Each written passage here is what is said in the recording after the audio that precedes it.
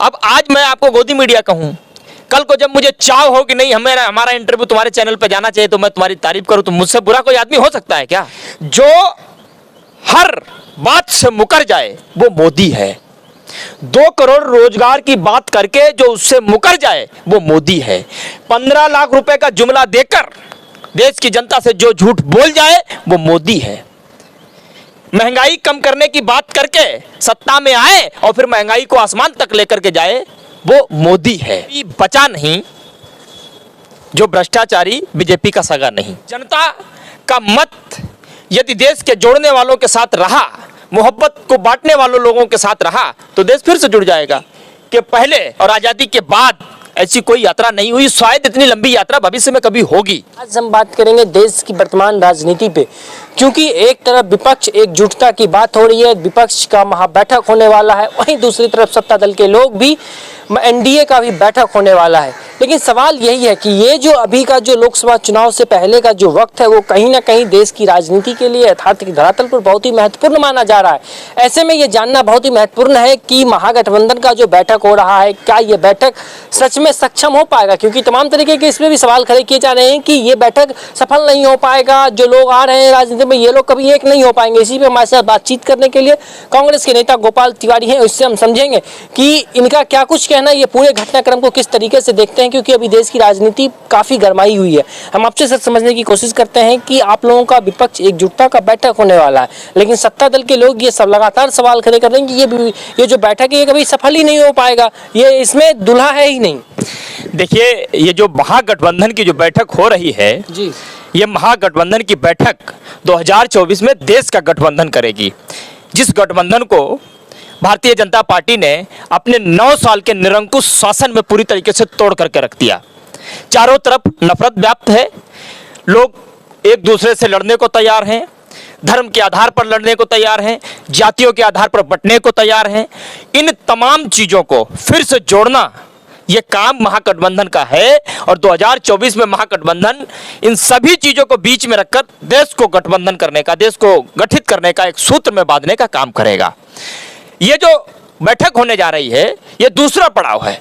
पहला पड़ाव पटना में हुआ था जो कि बहुत सफलतापूर्वक तय हुआ, जिसकी सफलता से बीजेपी के खेमे में बहुत खलबली मची हुई थी। तमाम तरीके के नाम देने शुरू कर दिए थे उन्होंने, तमाम तरीके के एलिगेशन लगाने शुरू कर दिए थे, जो कि उनका काम है, वो उसी में पारंगत हैं। कोई एक चीज पकड़ करके उसको तिल का ताड़ बनाने का काम नरेंद्र मोदी का, भारतीय जनता पार्टी का है, वो करते हैं। हमारा काम जो है, हमारा काम 2024 के लोकसभा इलेक्शन पर हम फोकस्ड लोग हैं, क्योंकि हम जिम्मेवार लोग हैं। ये देश हमारा है, इस देश को हम लोगों ने मिलकर के बनाया है। हम लोगों का मतलब हिंदू हो, मुस्लिम हो, सिख हो, ईसाई हो, जैन हो, पारसी हो, स्त्री हो, पुरुष हो, बालक हो, बूढ़ा हो, सबने मिलकर के अपनी अपनी योग्यता के अनुसार, अपनी अपनी ताकत के अनुसार योगदान दिया, तब जाकर के इस देश को बनाया। लेकिन देश को बनाने में जिन लोगों की भूमिका नहीं रही, आज वो लोग देश की सत्ता पर काबिज हैं, इसलिए उनको कोई हकदक भी नहीं होती है देश को बांटना, देश को तोड़ना, नफरत फैलाना। वो बिंदास होकर के करते हैं, क्योंकि देश को बनाने में कोई परिश्रम नहीं लगा उनका, इसलिए तोड़ने में कोई हिचक नहीं होती उनको।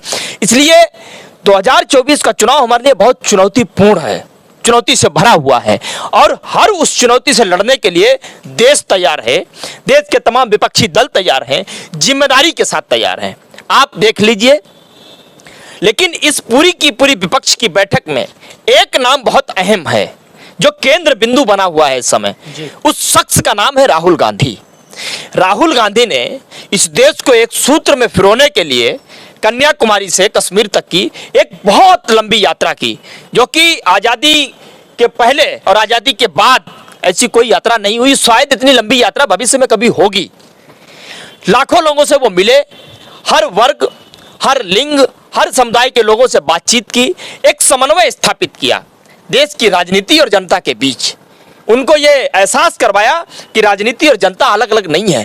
बेशक आज सत्ता पर बैठे हुए लोग इसमें फर्क करते हैं, इसमें दूरियां पैदा करने का काम करते हैं, लेकिन ये दोनों एक दूसरे के पूरक हैं। आने वाले समय में हम फिर से इस काम को करने का प्रयास करेंगे, और आप लोगों का आशीर्वाद रहा, जनता का मत यदि देश के जोड़ने वालों के साथ रहा, मोहब्बत को बांटने वालों लोगों के साथ रहा तो देश फिर से जुड़ जाएगा। आज जनता को बरगलाने का काम, जनता को जुमला देने का काम, जनता से झूठ बोलने का काम जिन्होंने किया वो उस काम में सफल हुए। जनता पहचान बहुत देर में पाई, जनता हकीकत बहुत देर में जान पाई। और आज जो महागठबंधन की बैठक हो रही है, तमाम उन छोटे छोटे पहलुओं पर, तमाम उन छोटे छोटे बिंदुओं पर जिनसे जनता को दिग्भ्रमित किया गया था, जनता को बरगलाया गया था, वापस प्लेटफॉर्म पर ले आने का काम हम कर रहे हैं। जनता भी हमारा साथ दे रही है। उदाहरण के तौर पर, ये सिर्फ मैं कहने के लिए नहीं कह रहा हूं, उदाहरण के तौर पर हिमाचल प्रदेश में जनता ने अपना मत देश को जोड़ने वाले, देश में मोहब्बत को बांटने वालों के साथ में दिया। कर्नाटक में जिस मोहब्बत का पैगाम राहुल गांधी बांटने के लिए निकले थे, 5 महीनों तक देश की सड़कों पर चले, उस मोहब्बत के पैगाम को आत्मसात किया कर्नाटक की जनता ने, अपना पूर्ण बहुमत दिया कांग्रेस को और इस बात का संकेत दे दिया कि हिंदुस्तान मोहब्बत की इबारत लिखने वाला देश है, ये नफरत की इबारत लिखने वाला देश नहीं है।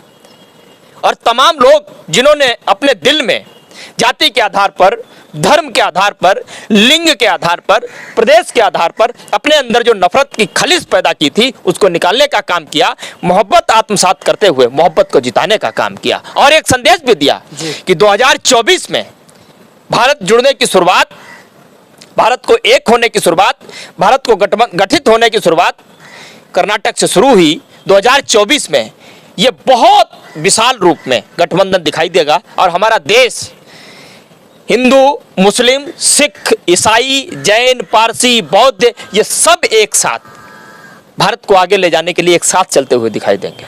भारत को एक साथ लेकर चलते हुए दिखाई देंगे। लेकिन सवाल तो यही है ना कि प्रधानमंत्री मोदी जी का आपको मध्य प्रदेश का वो दौरा याद होगा जिसमें वो कह रहे थे कि इस देश की जितनी भ्रष्ट पार्टियां वो सब एक साथ मिल गई है। लेकिन उसी भ्रष्टाचार से निकले हुए कुछ लोग आज उनके साथ जाके मिल गए जिनको भ्रष्टाचारी कहते थे। तो फिर इस पे क्या कहेंगे? इस पे तो बहुत बड़ी राजनीति भी हुई थी। देखिए, ऐसा कोई बचा नहीं जो भ्रष्टाचारी बीजेपी का सगा नहीं। ये जिन पे आरोप लगाते हैं, जिनके घर ईडी भेजते हैं, जिनके घर सीबीआई भेजते हैं, तमाम एलिगेशन लगाते हैं, उन्हीं को अपने घर में ले आते हैं। तो आज तक हमने ऐसा कोई ईमानदार पुरुष, महापुरुष नहीं देखा जो किसी पे आरोप लगाता हो और अपनी राजनीति को चमकाने साधने के लिए वो उसी को अपने घर ले आता हो, उसी को साफ सुथरा बता देता हो। तो ऐसा आदमी किसी के लिए भी सगा नहीं हो सकता। वो समाज के लिए बहुत खतरनाक आदमी होता है, देश के लिए बहुत खतरनाक आदमी होता है। ये तो देश की जनता जानती होगी।